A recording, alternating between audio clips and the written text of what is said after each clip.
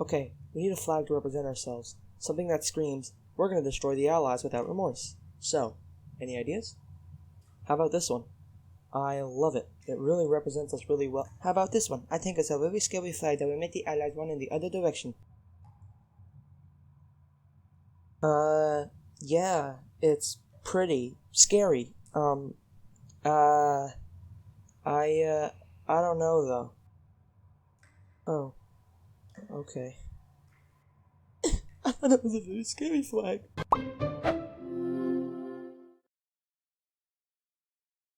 Okay, let's set the scene. After the first Shea Heights War, everyone just went back to normal. Right? Wrong. Do you want to know why I'm wrong? Let me introduce you to Caden Sears. Now, you may already know who Caden is. If you remember, in the first war, he was one of the Axis soldiers. After the war ended, everyone just presumed he was dead, but he was not dead. No, he was chilling in a cave somewhere on Bear Mountain, making cool cryo-technology, freezing dead bodies. Yeah, we're gonna need to rewind a bit.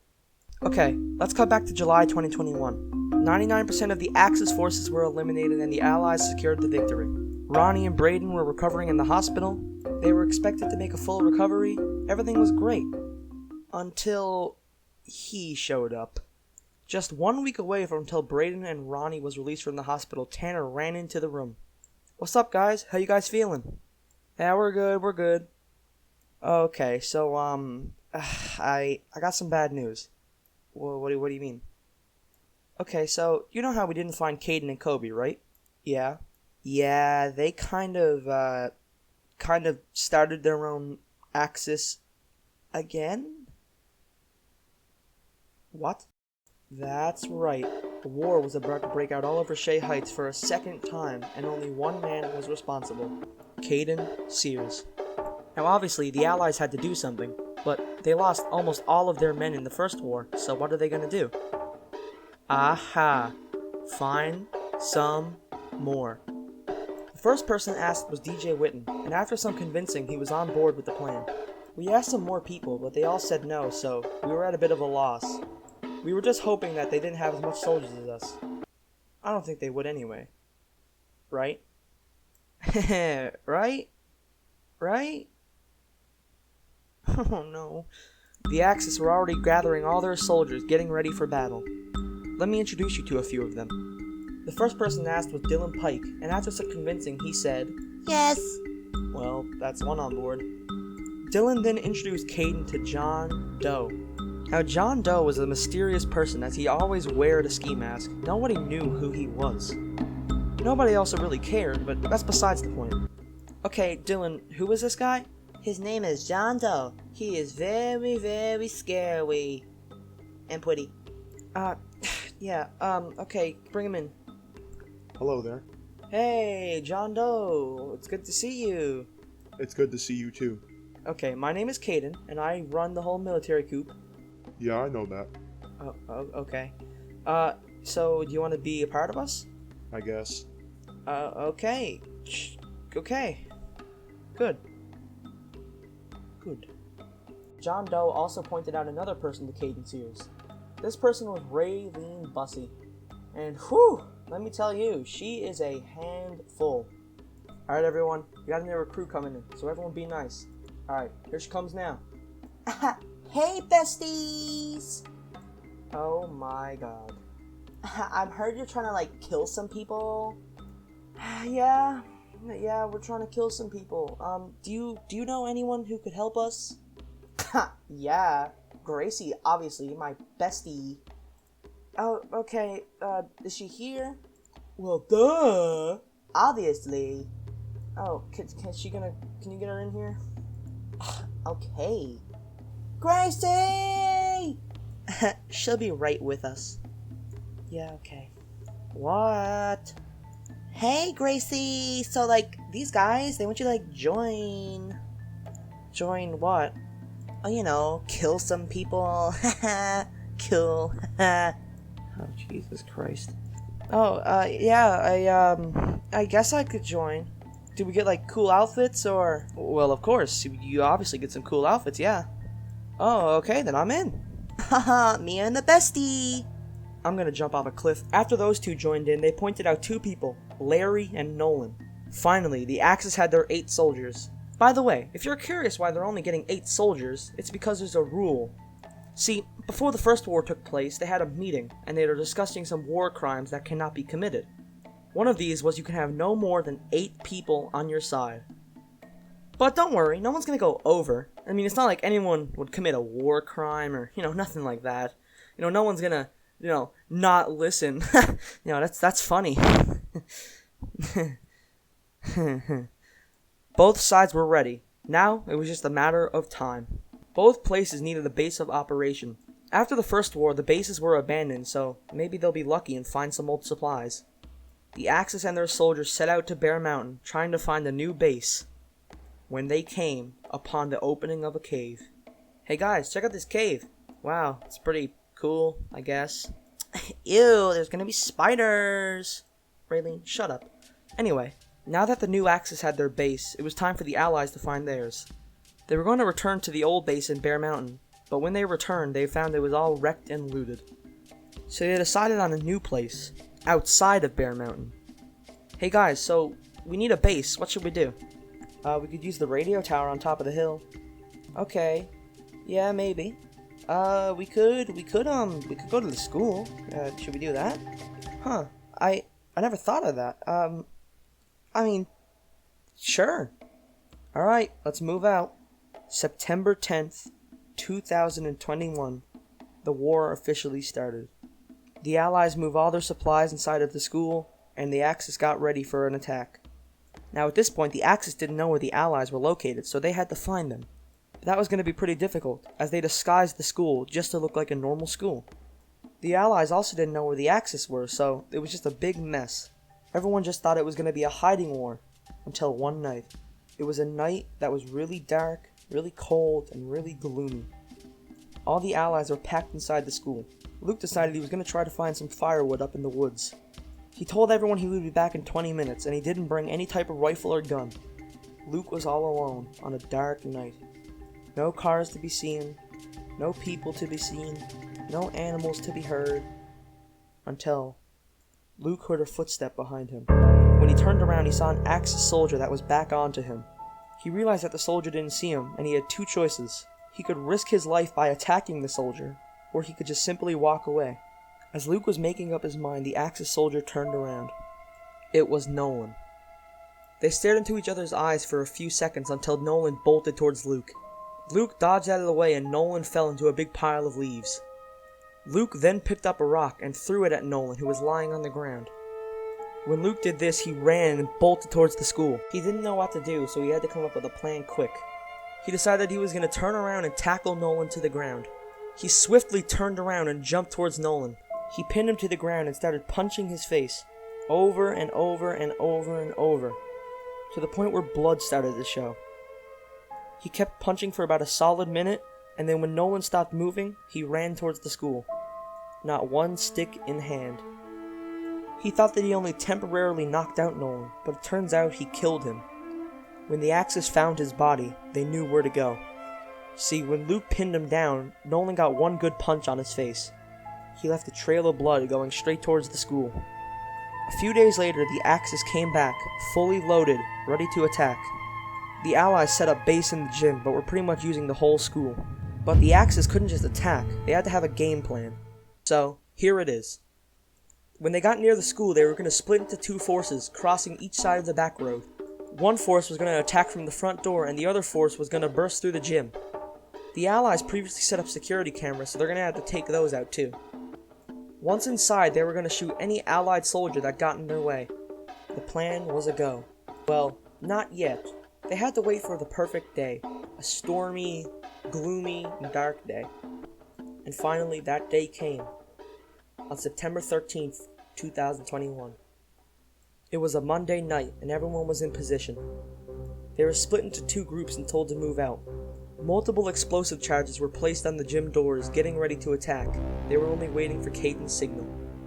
Suddenly, Caden radioed in and told him to blow the charges. All of a sudden, the quiet night turned to dreadful horror as gunshots rang out all across Shea Heights. All of the Allied soldiers were in the gym except Luke Drukin and Ronnie Dillon. They were down in the junior high wing having a chat when they heard the explosion. They weren't prepared for it, but they grabbed their 1911s off their hip and moved through the hallways swiftly. As they peeked their head around the corner where the office is, they saw Caden, Kobe, and Larry holding MG-42s straight at them. They quickly ran towards the stairs while gunfire was hailed upon them. The three Axis soldiers started to run towards them, but since the MG-42s were heavy, they were a bit slow. Ronnie and Luke barricaded the stairway door and quickly ran back up to the gym. The Allies quickly made some cover and grabbed their M1 Garands and started firing. Midway through the firefight, DJ Whitten realized something. They just got a huge shipment of automatic PPSH-41 rifles. They also had a butt ton of smokes and grenades, which would be really useful in this situation. Without a blink, DJ quickly ran into the back and grabbed the shipment. He threw one to every single person and got ready to fire. He tossed everyone 2 smokes and 2 grenades. He told them on his signal throw the smokes and grenades at the exact same time, which would confuse the enemy. 3, 2, now! With that, all the grenades were thrown towards the Axis. As soon as they heard the smokes pop, they all ran for the backstage door. All the Allies quickly ran to the music room as explosions rang out in the gym. Ronnie quickly shot the window out with his PPSH and climbed through. The rest of the Allies followed after him. Eventually, the Axis secured the building, and the Allies just lost their home base. Along with all the supplies that they gathered, the Allies quickly converged on Bear Mountain, setting up a temporary base until they found a new one. When they came across a cave, "Hey guys, look at this, there's a cave over here." "Oh, sick, let's go inside." They entered the cave, and Ronnie popped a flare so they could see things. As they entered in, Ronnie spotted something. Hey guys, do you know what that is?" "I don't know, it looks to be some old mine thing." "No, it looks like a flag." "Alright, check it out." Hey guys?" "Yeah, Ronnie?" "This looks to be some sort of military flag. It has a blue background, has a white circle in the middle, with a black K." "A black K? Huh. You don't think it stands for Caden, right?" I don't know. I have no idea." "Hey guys, I found a light." "Alright, turn it on." Whoa. What is this place? I believe this could be their military base." As they were talking, they heard voices coming towards them. Everyone ran in separate different directions. Braden went alone and entered this small little cavern that was connected to it. When he went in there, he saw a dim lantern on the floor and picked it up. As he moved it up higher, he saw a recognizable face. Inside some big machine was Connor Butt's body, frozen. It seems the Axis were doing some type of barbaric practice on him. It was very, very cruel. He pressed a few buttons on the keypad, but nothing worked. He then typed in Cadia. Maybe that would work. And what do you know? The hatch started to open. When the hatch fully opened, Braden checked Connor's pulse. He waited, then waited, and then he felt a little bump. Connor was alive. Somehow. No one knows how. But he was. The Axe's voices started to fade away in the cave, and Braden knew this was his chance. He started to tap Connor on the shoulder, seeing if he would wake up, but he didn't budge. He then looked over and saw the syringe on the table, and it had a little note next to it. It said, "Inject in neck to revive." He started to push whatever type of liquid was in the syringe into Connor's neck. After he did this, he put the syringe down and waited. And waited. And waited. Until Connor's eyes suddenly opened. What? Hello? "Connor! Hey! Shh! Oh my god, Connor! How are you alive?" "What? Braden? What? What?" "Listen, we have no time to explain. We gotta get out of here." Okay." Connor was feeling a bit woozy, but he'd live. When he told the Allies it was okay, everyone came out and saw Connor. Is that Connor?" "Hey guys." "But we saw you what? You died." "Well, I guess I didn't." "Alright, calm down a bit. We gotta go." They all started to exit the cave, everyone holding up Connor to make sure he got out safely. They saw this little opening by the trees, and decided to use it as their temporary base. Now that they had some info, they could plan an attack. Hopefully that this attack would end in success. Hopefully. Their plan was that they were going to enter the cave with some soldiers and kill as many Axis as they can.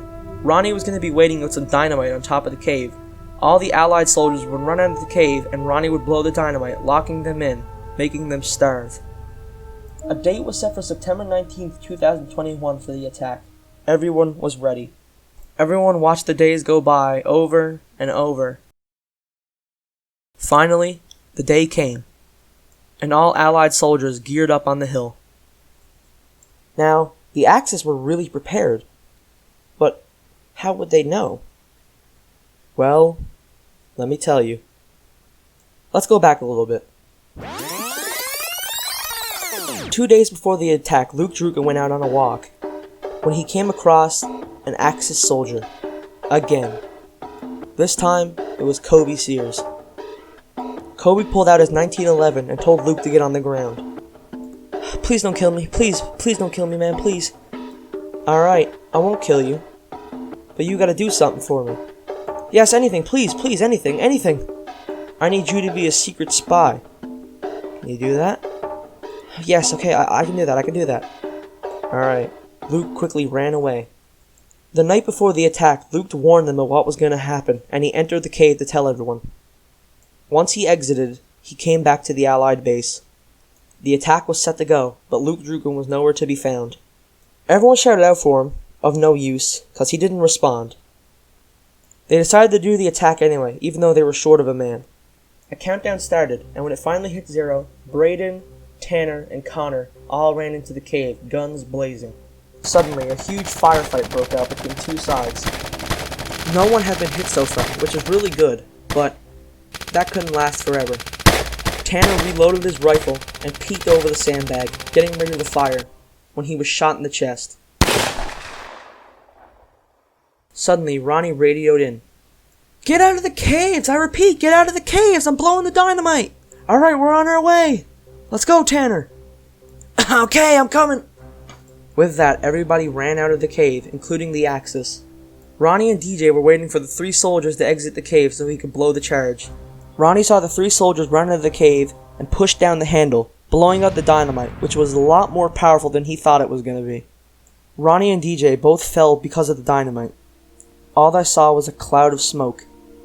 The 3 soldiers who came out of the cave, Tanner, Connor, and Braden, heard some coughs in the fog. At this point, everybody was out of ammo, so even if it was an Axis, they couldn't even shoot him. Out from the smoke emerged Caden Sears.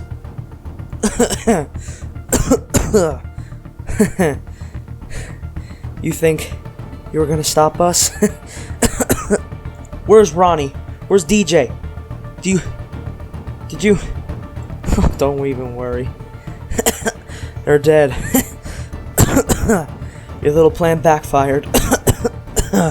No, they can't be No! No! Suddenly, Tanner ran towards Caden, attempting to tackle him out of anger. Caden quickly whipped out his pistol and smashed it across Tanner's face, quickly knocking him out. Anyone else? You're a monster, Caden. You're a monster. I know. It's great, isn't it? Suddenly, a single gunshot was heard. A hole was plastered through Caden's head, his eyes crossing, his knees weakening, dropping to the ground, and then finally, dying. Emerging from the smoke, he saw a soldier with a ski mask on. What did you... Who are you? What did... We've met before, Braden. What do you mean? Have we met before? Yeah, we have. The man grabbed the top of his ski mask and started to pull it off. It was none other than Jack Hickey. What? Jack? What? Jack? Calm down. I know you're confused. What? What? Listen, okay? Just listen to me. In the first war, when me and you fell off the cliff, and I landed, I actually survived the fall. But you were impaled. You were. That was a fake. You see, there was no blood on the rock. That's because earlier that night the Axis actually found me, and they put a dummy there instead of me to fool you guys. After this happened, I just ran away, never showing to the Axis again. But then I came back as John Doe. They had no idea that it was me, but it was. So, are you just gonna kill us now? Is that your plan? You gonna start another revolution now? No, that was not my plan, actually. So then what are you doing? Well, I want to help you out. Later that day, Braden, Jack, and Connor searched the rubble for bodies. They found the bodies of DJ Witten, Raylene Bussey, Gracie Warford, Larry Kennedy, Luke Drukin, and finally, Kobe Sears. All of the Axis powers were dead, but where was Ronnie? They lifted up some rocks, and they finally saw a hand, bloodied and bruised. They pulled him out of the rubble and started to give him CPR. They pushed and pushed and pushed to no avail. Everyone thought he was dead, and he might have been dead. If only Tanner didn't notice something. As Tanner was lying on the ground getting medical aid, he said something. Hey guys? Yeah, Tanner? It looks like he might have a pulse. What? Yeah, his finger. His finger just moved. Wait, what? Braden quickly put his 2 fingers on Ronnie's neck to see if he was still alive. He waited, and then he felt the smallest bump. They kept giving him CPR, and eventually, he started breathing again. He still was not conscious, but he was breathing. That's all that mattered. They were all transported to a hospital to treat medical injuries. Ronnie was put into a medical-induced coma to make sure he didn't pass away, and he made it out alive. Just a much longer recovery time than last time. Braden and Connor suffered burn wounds from the explosion. Tanner suffered a gunshot to the chest, almost impaling his lung. Jack had a huge slash across his bottom right knee. No one had won this war. Everyone lost soldiers. Some found, some were dead, but everyone lost soldiers. Now, that has to be the end of it, right? Right? Who knows? I guess we'll just wait and find out.